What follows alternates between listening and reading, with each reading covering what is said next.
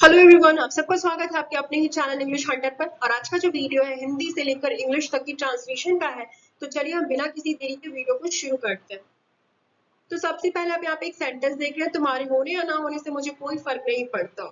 ठीक है, तो सबसे पहले आपको इंग्लिश में ट्रांसलेट करने के लिए क्या करना है, ये सेंटेंस को देखना है कि ये जो सेंटेंस है ये पास्ट का है, प्रेजेंट का है या फ्यूचर का है।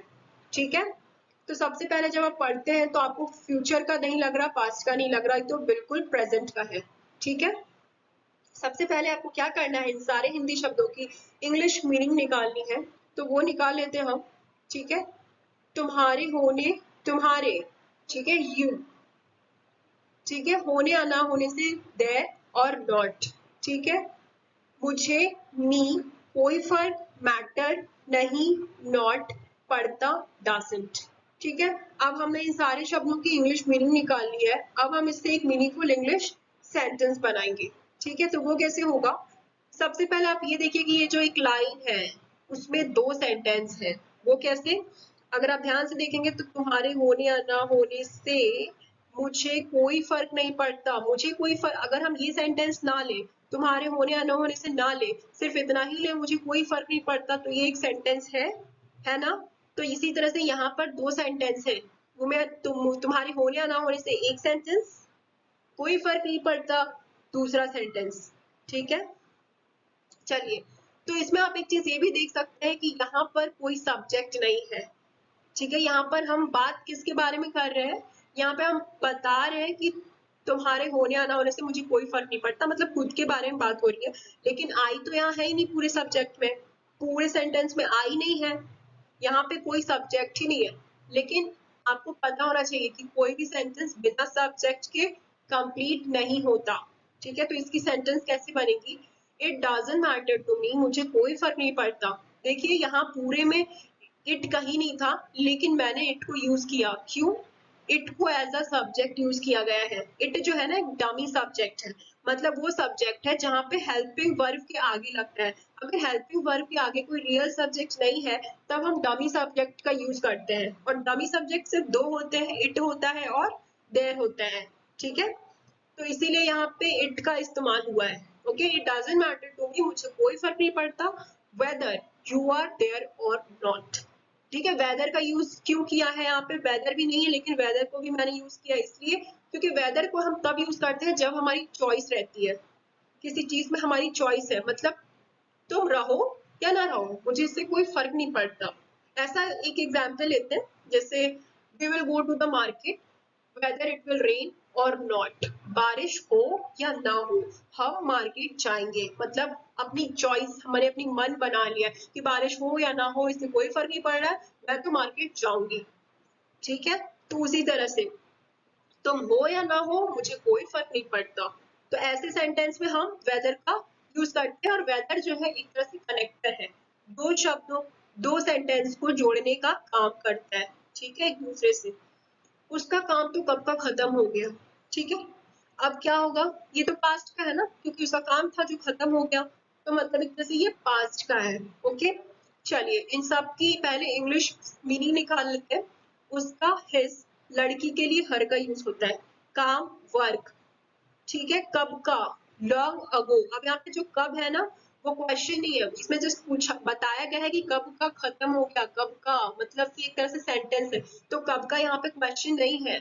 ठीक है, तो कब का जो स्पेलिंग यहाँ पे जो मीनिंग होगी उसकी क्या होगी, लॉन्ग अगो, खत्म, फिनिश्ड, हो गया, वॉज। ओके, अब यहाँ पे कैसे फ्रेम होगा सेंटेंस, सबसे पहले ये देखिए कि बात यहाँ किसके बारे में हो रही है, यहाँ पे बात उसके के बारे में हो रही है कि उसका काम तो कब तक खत्म हो गया, तो कैसे फ्रेम करेंगे, हिज वर्क। ठीक है, हेल्पिंग वर्ब वॉज आएगा, फिर फिनिश्ड वर्ब लॉन्ग अगो। ठीक है, उसका काम कब का खत्म हो गया। मैं हर बुरे वक्त में तुम्हारे साथ खड़ा रहूंगा। ठीक है, मतलब एक तरह से फ्यूचर का बात है, वो कह रहा है कि मैं हर बुरे वक्त में तुम्हारा साथ दूंगा, खड़ा रहूंगा, इसका मतलब फ्यूचर की बात कर रहा है कि कभी भी इवन इन फ्यूचर भी तुम्हें जरूरत पड़ती है तो मैं तुम्हारे साथ हूँ। तो ये जो सेंटेंस है वो क्या है, फ्यूचर का है। चलिए इनको तोड़ फोड़ कर अंग्रेजी मीनिंग निकालते हैं। आई, मैं, ठीक है, हर, एवरी, बुरे, बैड, वक्त, टाइम, मे, इन, तुम्हारे साथ, विथ यू, खड़ा स्टैंड, रहूंगा विल, ठीक है। ओके, नाउ यहाँ पे आप खुद बता रहे हैं, यहाँ पे आप बताने का काम कर रहे हैं कि चाहे कुछ भी हो जाए मैं तुम्हारे साथ रहूंगा। तो सबसे पहले क्या होगा, सब्जेक्ट यहाँ पर है, आई सब्जेक्ट है, आई हेल्पिंग वर्ब विल, ठीक है, क्या रहूंगा, खड़ा रहूंगा with you in every bad time, ठीक है। ओके, उसी तरह से यहाँ देखिए, सच कहूँ तो तुम बहुत दिलवाले हो, सच कहूँ तो तुम बहुत दिलवाले हो एक तरह से प्रेजेंट है। सबसे पहले आपको तोड़ फोड़ कर इनकी इंग्लिश मीनिंग निकालनी है। तो सच कहूँ तो इसको इंग्लिश में क्या बोलेंगे, टू बी ऑनेस्ट। याद रखिए, जब भी आप कहते हैं ना सच कहूँ तो, टू बी ऑनेस्ट, इसकी इंग्लिश क्या होती है, टू बी ऑनेस्ट। तुम, यू, बहुत, वेरी, दिलवाले, काइंड हार्टेड हो, आर। अब क्या हो गया, हमको एक इंग्लिश की मीनिंग निकालनी है, एक मीनिंगफुल सेंटेंस बनाना है। तो ये जो टू बी ऑनेस्ट है ना, ये एडवर्ब है, मतलब क्रिया विशेषण, मतलब सेंटेंस में जो एक्स्ट्रा इंफॉर्मेशन ऐड कर दे उसे हम एडवर्ब बोलते हैं, ठीक है। तुम बहुत दिलवाले हो, लेकिन यहाँ पे एक चीज और ऐड हो गया कि सच कहूँ तो, एक तरह से एक्स्ट्रा इंफॉर्मेशन ऐड हुआ है। तो ये जो है एडवर्ब है, इसीलिए सबसे पहले क्या आएगा, to be honest, to be honest, you आपका subject, helping verb are, very kind क्या हो, बहुत दयालु हो, बहुत दिल वाले हो, ठीक है। लिख के ले लो वो तुम्हें बर्बाद कर देगा, लिख के ले लो वो तुम्हें बर्बाद कर देगा, कैसे करेंगे, सबसे पहले इंग्लिश मीनिंग निकालते हैं। लिख के ले लो इंग्लिश में क्या बोलेंगे, मार्क माई वर्ड्स, याद रखिए, लिख के ले लो, मार्क माई वर्ड्स। कभी भी आप कोई चीज बोलते हैं, लिख के ले लो मैं कल पास हो जाऊंगी, तो लिख के ले लो में क्या, मार्क माई वर्ड्स, ठीक है। सच कहूँ तो, टू बी ऑनेस्ट, ठीक है, तुम्हें बर्बाद कर देगा, ठीक है। तो तुम्हें की इंग्लिश क्या है, यू, ठीक है। वह की इंग्लिश क्या है, ही, बर्बाद डिस्ट्रॉय कर देगा, विल, ओके। अब क्योंकि यहाँ पे एडवर्ब है इसीलिए सबसे पहले एडवर्ब को ले लिया। नाउ तुम्हें, सबसे फिर यहाँ पे बात किसके बारे में हो रही है, यहाँ पे बात जो है वह कर रहा है कि वह तुम्हें बर्बाद कर देगा। तो पूरे सेंटेंस में वह क्या है, सब्जेक्ट है, helping verb will destroy you, destroy क्या है आपका वर्ब है, यहाँ पे बर्बाद करने का काम हो रहा है, ओके। अपने हाथ धोने के बाद ही खाना खाया करो, ठीक है। सबसे पहले क्या करेंगे, इनकी तोड़ फोड़ कर अंग्रेजी मीनिंग निकालते हैं। अपने हाथ, योर हैंड, ठीक है, धोने के बाद, आफ्टर वॉशिंग खाना खाया करो, धोने के बाद, ही ओनली खाना खाया करो, हैव मील, ठीक है। चलिए अब हम इनमें क्या करेंगे, कैसे सेंटेंस बनेगा, सब्जेक्ट का होना बहुत जरूरी है। लेकिन यहाँ पर अगर सब्जेक्ट ही ना हो और अगर हम यहाँ पे डमी सब्जेक्ट लगाएं जैसे इट और देयर, तो भी उससे कोई मीनिंगफुल सेंटेंस ना बने।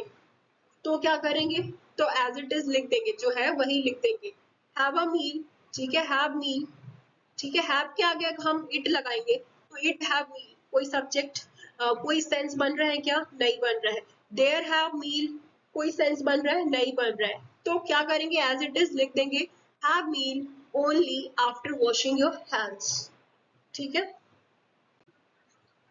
घर की साफ सफाई में तुम्हारा जरा भी मन नहीं लगता, घर की साफ सफाई में तुम्हारा जरा भी मन नहीं लगता, क्या करेंगे, तोड़ फोड़ कर इनकी इंग्लिश मीनिंग निकालेंगे। घर की साफ सफाई, क्लीनिंग द हाउस, में इन तुम्हारा, यू, जरा भी, एट ऑल, इंटरेस्टेड, मन, मन का इंग्लिश क्या होता है, इंटरेस्ट, ठीक है, नहीं, डू नॉट, लगता, फील, ओके। अब क्या है कि हमें इसकी एक मीनिंगफुल सेंटेंस बनानी है, ठीक है। तो वो कैसे होगा, यू डोंट फील, देखिए यहाँ पे पूरे में बात किसकी हो रही है, तुम्हारे की बारे में बात हो रही है, तुम्हारे की बारे में बात हो रही है, तो तुम्हारा जो है सबसे पहले आएगा, यू जो है सबसे पहले आएगा, ठीक है। यू डू नॉट फील, तुम्हें नहीं लगता, you do not feel at all interested, तुम्हारा काम में, घर की साफ सफाई में मन बिल्कुल भी नहीं लगता, you do not feel at all interested in cleaning the house, ठीक है। यू जो है आपका सब्जेक्ट है, do not is your helping verb, feel at all interested मतलब बिल्कुल भी मन नहीं लगता इन क्लीनिंग द हाउस, घर की साफ सफाई करने में। तुम भी, जब भी तुम बुलाओ, जब भी तुम बुलाओ, क्या करेंगे, सबसे पहले इनकी इंग्लिश मीनिंग निकालते हैं। जब भी, whenever, जब भी की स्पेलिंग क्या होगी, whenever, ठीक है। कोई सी भी, कोई सी भी की स्पेलिंग क्या होती है, इंग्लिश मीनिंग क्या होती है, whichever, कोई सी भी, whichever, जब भी, whenever, ठीक है। तुम, यू, बुलाओ, कॉल। तो आप कैसे इसमें करेंगे, जब भी तुम बुलाओ, whenever you call, ठीक है, whenever you call।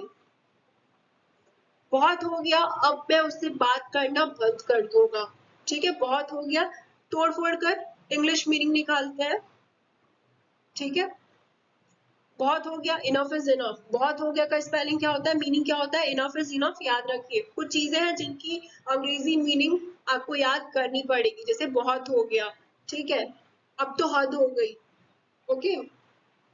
और जो हमने पहले किया था कि अब मैं चाहे जो हो जाए, अब मैं ऐसा नहीं करूंगी, लिख के ले लो, मार्क माय वर्ड्स। तो ये सारी चीजें हैं जो आपको याद करनी है। बहुत हो गया कि इंग्लिश क्या होती है, enough is enough, okay.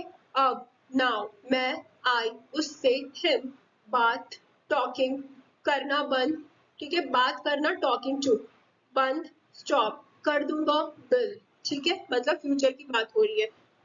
Enough is enough फिर से आपका एडवर्ब है, सेंटेंस में जो है एक तरह से इंफॉर्मेशन, एक्स्ट्रा इंफॉर्मेशन ऐड हुआ है, तो क्या करेंगे, इनफ इज इनफ को सबसे पहले लिखेंगे नाउ, ठीक है, नाउ भी फिर आएगा बाद में, नाउ, अब, आई विल, आई आएगा आपका सब्जेक्ट, विल जो है आपका helping verb, will stop talking to him, क्या कर देगा वो, बात करना बंद कर देगा, ठीक है। तो ये आज की प्रैक्टिस यहीं पर खत्म होती है। अगर आपको कोई भी डाउट रह जाता है तो प्लीज नीचे कमेंट बॉक्स में आप पूछ सकते हैं। वीडियो पसंद आया है तो प्लीज लाइक कीजिए, कमेंट कीजिए, शेयर कीजिए और चैनल को सब्सक्राइब करना मत भूलिए। Thank you so much.